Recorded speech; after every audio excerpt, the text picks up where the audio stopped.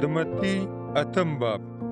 څه وخت چې عیسی د غره نه راکوز شو نو ګڼ خلک ورپسې وو، خو اوس یو جزامي ور وړاندې شو او په سجده ورته پرېوته او وی ویل صاحبه که ته غواړې نو ما پاکولی شي. عیسی خپل لاس ور اوږد کړ، پرې ولګولو او وی ویل چې زه به داسې وکم پاک شه، او په هغه درنګ هغه د جزام نه روغ شو.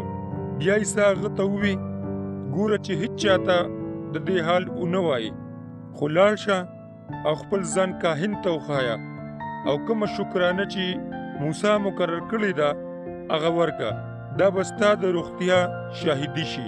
او کله چې عیسی کفرنهم ته داخل شو نو یو رومي صوبهدار راغی او د هغه نه امداد وغوښتو او ویل یې چې مالکه زما یو نوکر په کور کې شل پروت دی او ډیر په غضب کې دی.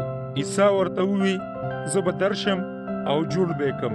خو صوبهدار جواب ورکړ چې مالکه زه څوک یم چې ته به زما کور ته راشي، ستا په تشه وینا به هم زما نوکر جوړ شي. زه پوهیږم ولې چې زه د حکم د لاندې یم او سپایان زما د حکم لاندې دي. زه چې یو ته ووایم چې لاړ شه نو هغه لاړ شي، او چې بل ته ووایم چې راشه نو هغه راشي، او چې خپل غلام ته ووایم چې داسې وکړه نو هغه کوي.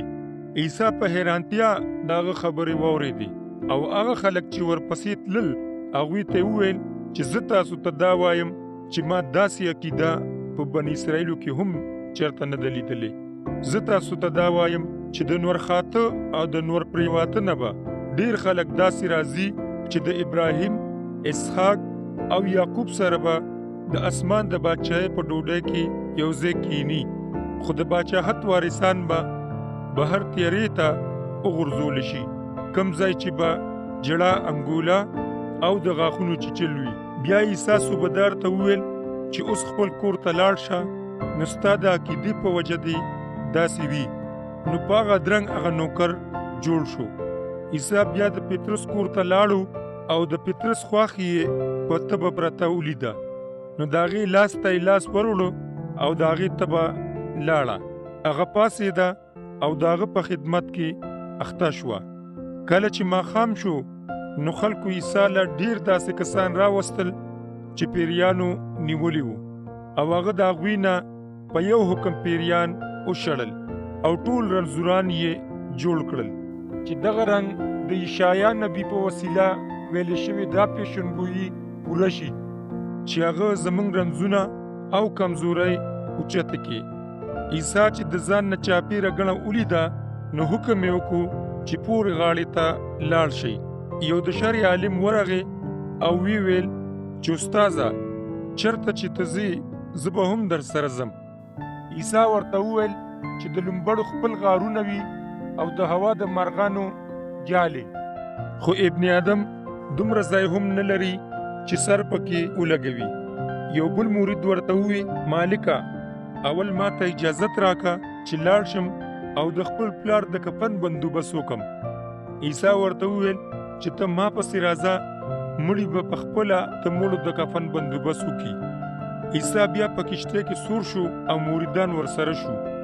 ناڅاپي په دریاب کې یو لوی طوفان راغی او چپې داسې راوچتېدې چې په کشتۍ راوړېدې، خو هغه ودو.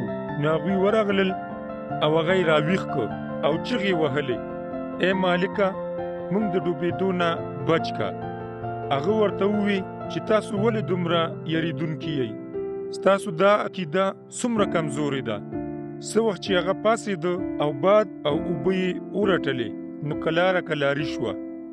خلک په دې ننداره ډېر حیران شول او دوی وویل چې دا لا څرنګه سړی دی چې باد او اوبه یې حکم مني. عیسی چې د ګدریانو وطن ته پورې وتو نو د قبرونو نه 2 سړي راووتل چې پیریانو نیولي وو او دومره خطرناک وو چې څوک په هغه لاره نشو تېرېدلی. هغوی چغې کې ای د خدای زویه ستا زموږ سره څه دي؟ ته دلته د دې دپاره راغلی چې موږ د وخت نه مخکې په غذاب کې څه لږ لرې د خنزیرانو یو لوی کنډک سریدلو او پیریانو زاري ورته وکړه که چېرې ته موږ شړل غواړې نو موږ د خنزیرانو دغه کنډک ته واستوه. هغه ورته ووی چې ځئ. ناغوی را بهر شول او په خنزیرانو ورننوتل او د خنزیرانو ټول کنډک په منډه شو او د غاړې نه دریاب ته ودانګل او په اوبو کې ډوب شول. شپونکي یې وتښتېدل او خاریې ته لاړل او څه چې په پیریانو تیر شوي وو هغه هلته یې ټوله کیسه بیان کا. په دې خبره د خاریې ټول خلک بهر راووتل چې عیسی وویني او کله چې یې ولیدو نو ورته یې ووی چې زموږ د حد نه بهر شه.